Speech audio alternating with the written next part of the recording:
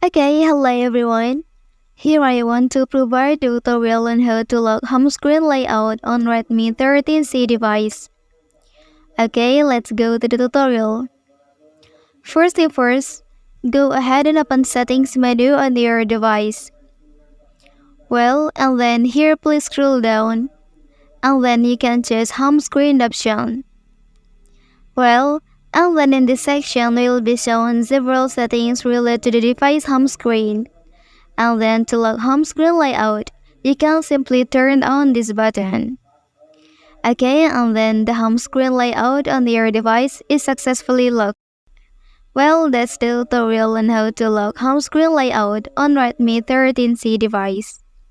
If you are helped by this video, don't forget to like and subscribe to get other information from this channel. Thank you.